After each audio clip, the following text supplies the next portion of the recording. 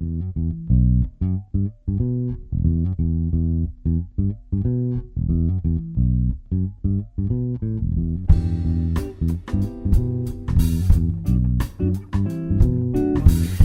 estamos con Norberto Seller, sociólogo, investigador. Te pido, Norberto, que puedas hacer una presentación más personal. ¿Qué tal? Buenas tardes. Soy investigador de la Dirección de Investigaciones del INAP, titular de Política y Planificación en la Facultad de Ciencias Sociales de la Universidad de Lomas de Zamora y titular de la materia Política, Sociología de las Políticas Laborales y de la Seguridad Social en la Facultad de Ciencias Sociales de la UBA. Desde ya, gracias por aceptar esta invitación. La idea es poder multiplicar esta charla, entrevista a alumnos presenciales y virtuales que la van a ver, y empezar con un recorrido de lo que nosotros denominamos Introducción a Análisis de Políticas Públicas. En ese marco hay como grandes conceptos a recorrer.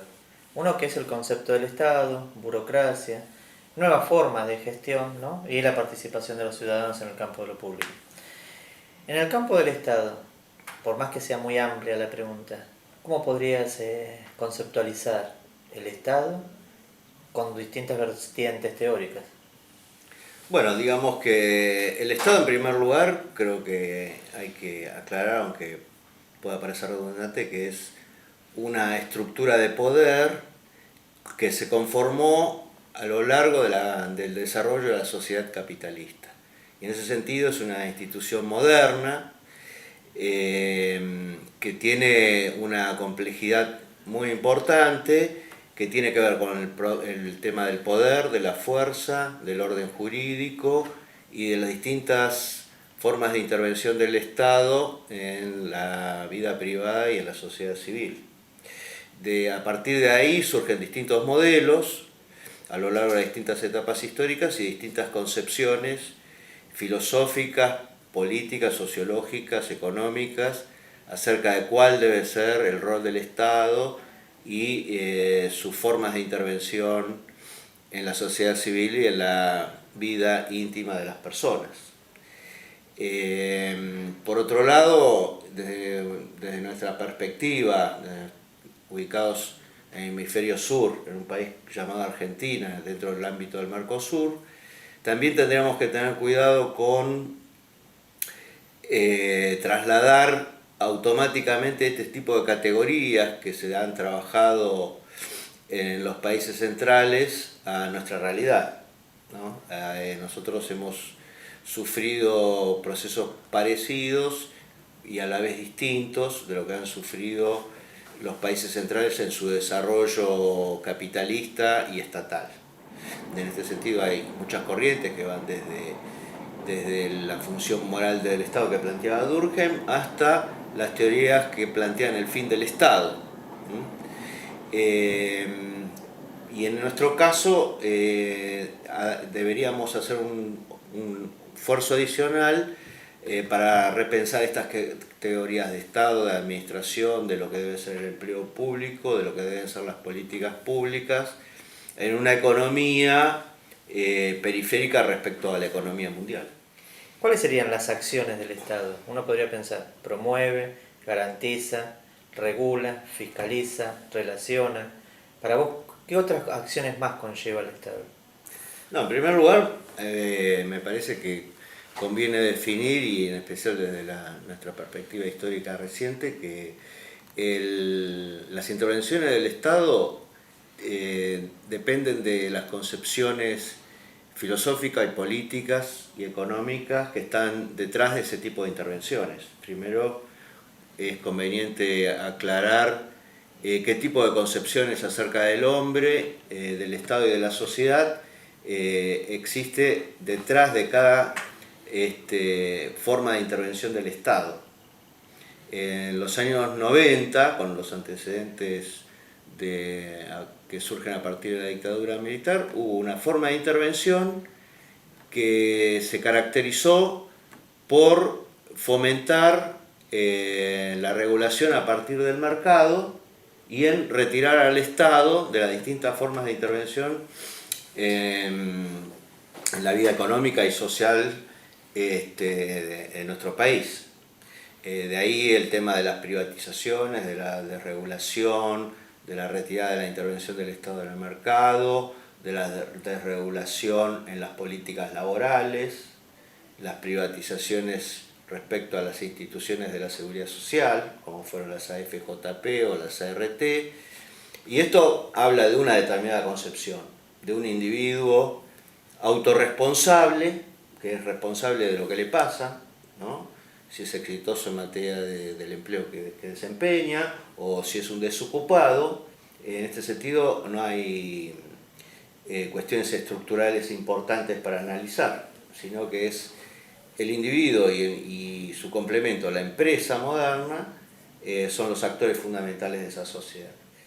La otra concepción que entró en crisis tiene que ver con los lazos de seguridad por los cuales la política pública tiende a establecer un equilibrio entre lo que es el capital y el trabajo, y de ahí han surgido distintas instituciones como la seguridad social o el derecho laboral o las políticas sociales universales y otras instituciones de carácter económico, en donde el Estado interviene en las distintas esferas de la sociedad y de la vida individual para garantizar un lazo solidario de esa sociedad civil y un orden basado en este equilibrio, que trata de minimizar el conflicto y las desigualdades sociales. Pero en este caso también lo que está detrás es la existencia de una sociedad democrática en donde el individuo es portador de derechos económicos, sociales, además de los derechos políticos. Se tiende a pensar, cuando uno habla del Estado, del poder ejecutivo, y a la vez el Estado convoca a pensar otros poderes, ¿no? Que no se tienen en cuenta en el ejercicio de la forma práctica de pensar el Estado, ¿no? Sí, así es. En nuestro caso, bueno, por razones históricas, está muy desdibujado el poder legislativo, por ejemplo, que es la fuente de la soberanía popular desde la tradición del Estado moderno, y de ahí la importancia, digamos, de las estadísticas para determinar, por ejemplo, la cantidad de habitantes y en ese sentido la cantidad de diputados o representantes del pueblo que debe haber. Y en ese sentido el Poder Legislativo ha tenido un papel en realidad bastante pobre como fuente de regulación o de generación de nuevas políticas públicas. Ha sido fundamentalmente un debate limitado a las iniciativas del Poder Ejecutivo. A partir de la reforma constitucional del 94, una limitación en cierto sentido del Poder Legislativo, pero a su vez la creación de nuevos órganos, como el de la Auditoría General de la Nación, que debe auditar las cuentas del Poder Ejecutivo, que no tienen todavía ¿cómo se puede decir? Un cumplimiento de sus objetivos originales logrados, ya que muchos debates no llegan ni siquiera al recinto del Congreso y menos a la opinión pública. Muchos de los estudios que sí se pueden consultar y que son realmente relevantes e interesantes acerca de la evolución del gasto y de las políticas públicas no son motivo de debate, así como otras cuestiones como el gasto ejecutado. También en ese sentido el Congreso muestra un desempeño muy pobre.